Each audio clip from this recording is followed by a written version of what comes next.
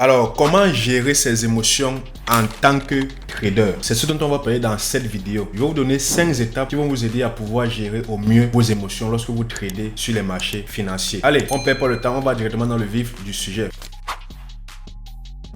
Le premier point, c'est être à l'aise avec notre capital. Parce que vous le savez, la plupart des personnes, nous tous humains, nous sommes affectés par les sous, par l'argent. On ne va pas dire le contraire, n'est-ce pas? Nous sommes tous affectés par les sous qu'on gagne. Maintenant, le détachement de l'argent en fonction de chaque personne est différent. Quelqu'un, peut-être 100 dollars va plus l'affecter, peut-être c'est 1000 dollars. Peut-être pour quelqu'un, 100 dollars ne représente absolument rien et ça ne va pas l'affecter. Il faudra absolument se connaître déjà et pouvoir déterminer le montant avec lequel on se sent plus à l'aise. Donc, comme je l'ai dit, il faudrait déjà déterminer avec quel montant de risque on se sent plus à l'aise. Moi, je vais prendre l'exemple sur moi. Comme vous savez, moi j'aime beaucoup prendre l'exemple sur moi parce que j'ai pas mal de choses à raconter. Lorsque moi j'ai commencé à trader, regardez, j'avais validé un compte de 200 000 dollars. Et qu'est-ce que moi je faisais sur ce compte là? Je vais vous montrer, je vais vous mettre les screenshots de mon journal de trading lorsque j'ai commencé à trader dessus. Lorsque je tradais dessus, qu'est-ce que je faisais? J'avais validé le compte avec de gros risques, avec pas mal de risques aussi. Maintenant, moi je me suis dit, ok, je viens de valider le compte. Maintenant, c'est les sous que je peux gagner. Il faudrait que je fasse attention. Logiquement, j'ai diminué le risque. Je n'ai pas commencé à risquer, j'étais 200 000 dollars. Je n'ai pas commencé à risquer 1%, qui est 2000. Non. Je n'ai pas commencé à risquer 1000 dollars, donc 0,5%. Non. Je n'ai pas commencé à risquer 500 dollars, qui est 0,25%. Non. J'ai commencé à risquer 0,125, qui représente 250 dollars. Pourquoi j'ai fait cela? Parce que risquer 2000 dollars à l'époque, même si c'est pas mon argent, même si c'est pas mes sous, même si c'est juste un compte que je trade, on va me donner de l'argent à côté, je n'étais pas encore préparé, je ne me sentais pas encore à l'aise à risquer ce style de montant. Parce que pour moi, ici en Afrique, ça représentait encore à l'époque énormément d'argent. Parce que 2000 dollars, c'est combien? Je pense à peu près plus d'1 million. Et 1 million ici en Afrique, ça représente beaucoup, c'est vrai. Donc moi, je ne voulais pas, je ne me sentais pas encore prêt à risquer ce genre de montant sur les marchés. Pareil pour 1000 dollars, pareil pour 500 dollars. Donc ce que moi j'ai fait, c'est quoi? J'ai commencé à risquer 250 dollars sur les marchés. Et qu'est-ce que j'ai fait? Vu que je savais que le résultat à la fin du trade, je trade à l'époque, c'était 5 heures. Que je prenais 5, 4 heures à l'époque, je baladais encore beaucoup. 5 heures ou 3, je savais que le résultat devait me donner à peu près plus de 1000 et quelques. Et je me dis que, si je risque 2000 dollars, je n'étais pas encore prêt à gagner 10 000. Et moi, je me suis compris, je me suis dit, ok, je ne suis pas pressé. Je vais prendre le temps d'aller étape par étape. Je me connais, je sais que je vais aller progressivement. J'ai commencé à risquer 250 dollars.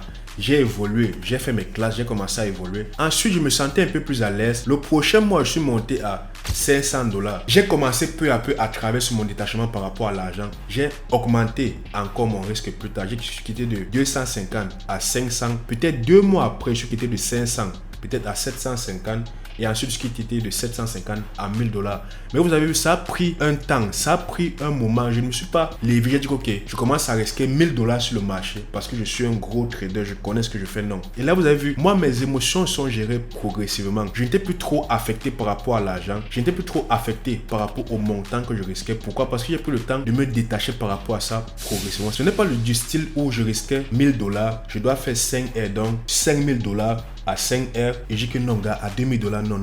2000 dollars, c'est déjà beaucoup d'argent. Il faudrait que je coupe. Mais là, je coupe à combien? Je coupe à 2 heures et je ne coupe plus à 5 heures. Je n'étais plus affecté par rapport au sous parce que j'ai commencé à voir ce que je gagne monter progressivement et je me détachais au fur et à mesure. Moi, je vous recommande, si vous voulez améliorer votre psychologie, de diminuer, pas de diminuer forcément, d'adapter votre risque en fonction de votre réalité, en fonction de votre vie. N'allez pas trader avec 1000 dollars, 2000 dollars, non. Trader avec un montant qui vous correspond. Allez crescendo. Après le fait d'être à l'aise avec le montant que vous risquez, la deuxième étape, c'est quoi? C'est d'avoir un fonds de secours. Vous savez, je pense que même dans plusieurs vidéos, j'ai déjà eu à parler de ça. Dans la vidéo où je parle un peu de comment je me lancerai en trading si je commençais de zéro. J'ai eu à parler de ça. Le fonds de secours, c'est quoi? C'est le fait de pouvoir se dire, ok, je vis avec 100 000 francs CFA. Je paye mon loyer, je vis, je fais tout ce qu'il faut faire avec. Vous savez que le trading, c'est les montagnes russes. Les sous ne se font pas à chaque fin du mois. Je vis avec 100 000. Maintenant, je mets 6 à 12 mois. Moi, je recommande même souvent de mettre un an de côté pour pouvoir être à l'aise à trader. C'est très important parce que lorsque vous avez de l'argent à côté, même si vous ne gagnez pas de l'argent, vous savez que vous avez des sous pour pouvoir vivre. Si vous gagnez de l'argent, c'est bien, c'est un plus. Mais si vous ne gagnez pas, vous n'allez pas aller forcer les trades pour gagner des sous afin de pouvoir vivre avec. Ce qui fait que lorsque vous allez trader, vous allez être plus à même à aller rechercher de l'argent sur les marchés au lieu de rechercher la performance de vos différents trades. Et moi, je vous prends l'exemple. Moi, je connais quelqu'un qui n'avait pas de sous, qui n'a pas de sous et Je pense que vous voyez déjà où je vais en venir. Il est allé forcer les trades sur le marché justement parce qu'il n'avait pas de sous à côté. Parce qu'il voulait de quoi vivre au jour le jour. Il voulait de l'argent pour vivre ce mois. Il voulait payer son loyer. Il voulait payer ci, il voulait payer ci, il voulait payer ça. Et qu'est-ce que ça crée en nous par la suite? On ne respecte plus le plan et dans 99% des cas, ça nous amène plutôt à la faillite et on perd notre compte. Pourquoi? Parce qu'on n'avait pas un fonds. Donc pour vous, moi je vous recommande, si vous voulez trader avec une bonne gestion émotionnelle, je vous recommande d'avoir au minimum 6 à 12 mois de revenus laissés de côté et aller maintenant trader. Vous avez un an pour apprendre, pour trader, pour faire tout ce qu'il faut faire. Vous allez remarquer qu'à un certain niveau de revenus, le trading devient, on va pas dire facile, mais le trading devient très simple parce que l'argent que je trade, ce n'est pas avec ça que je vis. Que je perds ou que je gagne, je suis détaché émotionnellement de cet argent. Par contre, quelqu'un qui va vivre en fonction de l'argent qu'il gagne, il sera toujours à même à forcer le trade, à dépendre de ce trade, à être trop investi émotionnellement sur le trade. Et c'est pas good, c'est vraiment pas très good d'avoir ce genre de situation, à avoir ce genre de situation là.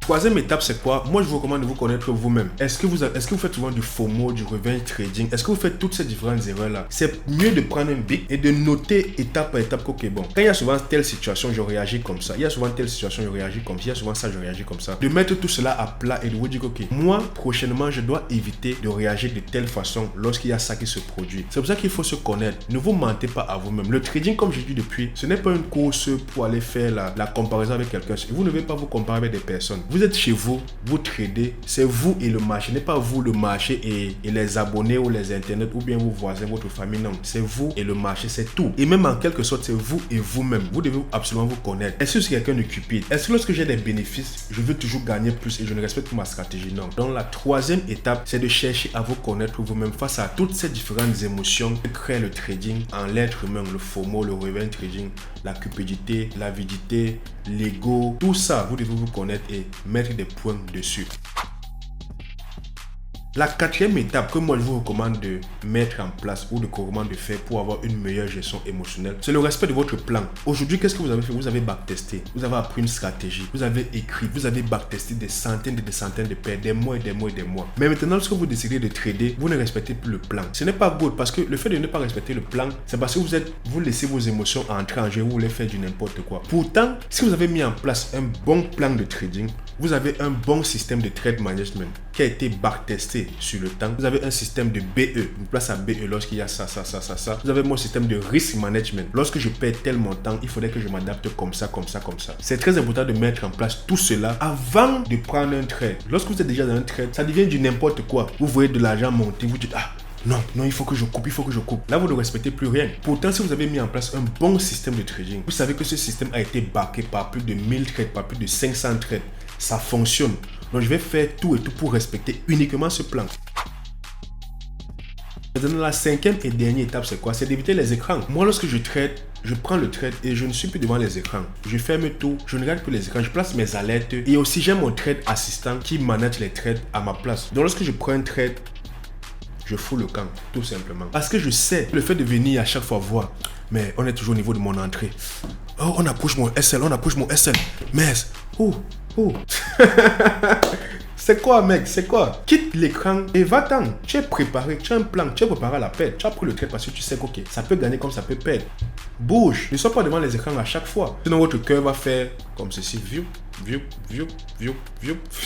Donc voilà 5 étapes que moi je vous recommande de faire pour pouvoir au mieux gérer vos émotions. Dites-moi en commentaire ce que vous pensez de ces différentes étapes. Est-ce que ce sont des étapes qui vous font du sens? Dites-moi cela en commentaire. Moi je me ferai un plaisir d'échanger avec vous sur ces points-là. Pensez à vous abonner, à liker la vidéo, à commenter pour me dire ce que vous pensez de cette vidéo. Il y a aussi des sujets de vidéos que vous aimeriez voir sur la chaîne. Et aussi activer la cloche de notification. Et moi je vous dis à plus pour la prochaine vidéo. Passez une excellente soirée aujourd'hui en fonction de l'heure à laquelle vous regardez cette vidéo. Allez, peace!